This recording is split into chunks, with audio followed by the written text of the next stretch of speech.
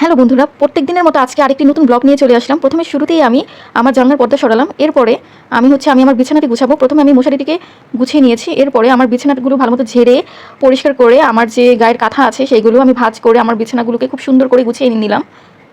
আমার কোনো helping hand নাই, আমি একাই এই ঘরের সব কাজ করি। ও আরেকটি কথা বলতে আমি ভুলে গিয়েছি, আমি আজকে রোজা ছিলাম, তো সব কিছুই আজকের ব্লগে শেয়ার করব। এই তো আমার হয়ে গেল বিছানা গুছানো। এখন আমি বালিশগুলোকে সুন্দর করে জায়গা মতো রেখে এখন আমি সুন্দর করে বিছানাটিকে গুছালাম। এরপরে আমার যে ডেস্ক আছে পড়ার, সেই ডেস্কটিকে আমি ভালো মতো গুছিয়ে নিব। এখানে বিভিন্ন ধরনের চার্জার দিয়ে আমার ডেস্কটি ভরা, তোমরা কেউ হাসবে না। তো আমি চার্জারগুলোকে একে একে করে সরিয়ে, বিভিন্ন হেডফোন, তারপর ল্যাপটপ চার্জার, এগুলোকে সরিয়ে ডেস্কটাকে মুছে নিচ্ছি। সত্যি কথা বলতে আমি কোনো অ্যাস্থেটিক্স ফলো করি না, আমি আমার মতোই ব্লগ করি। তোমরা আমার এই ব্লগগুলি পছন্দ করো, এর জন্য আমি আমার মতোই নর্মাল ব্লগ করি। এভাবে করে আমি আমার টেবিলটিকে পরিষ্কার করে এরপরে আমার পরবর্তী কাজ হচ্ছে আমি যে কবুতরগুলোকে পালি সেই কবুতরগুলোকে সময় মতো খাবার দেওয়া। প্রথমে ঘুম থেকে উঠে আমি আমার নিজের খাবার না খেয়ে প্রথমেই কবুতরকে খাবার দিচ্ছি। এ তো দেখতেই পারছো ওরা ক্ষুধায় পুরা অস্থির হয়ে গিয়েছে। আর আমার কবুতরগুলোর একটা বাচ্চা হয়েছে, আরেকটি ডিম আছে, সবই দেখাবো আজকের ব্লগে। দেখতেই পারছো আমার কয় জোড়া কবুতর, এই দুটি জোড়া হচ্ছে আমার খুবই ফেভারিট, ওদেরকে আমি রাজা বলি। আর এ হচ্ছে তাদের কাঙ্ক্ষিত ডিম। এখন হচ্ছে আমি ওদের খাবার দিব। ওরা আমার কবুতরগুলো একটু স্পেশাল খাবার খেতে পছন্দ করে, আমি ওদের জন্য মিক্সড খাবার সেটা ব্যবহার করি। আর এখন দুপুরের টাইমে আমার মা আমাদের জন্য পটল ভাজি আর আলু ভাজি করছে।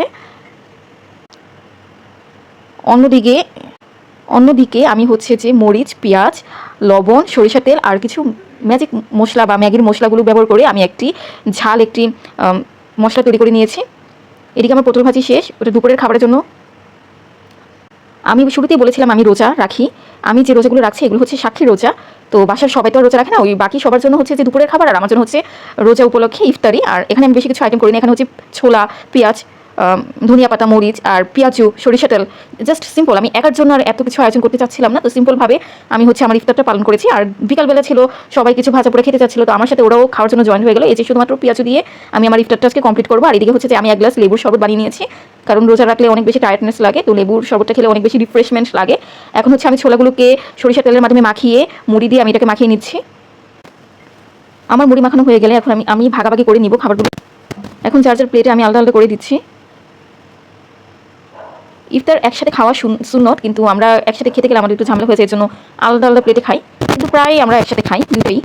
এখন হচ্ছে যার যতগুলো পেঁয়াজ প্রয়োজন সে ততগুলো পেঁয়াজ নিয়ে খাবে।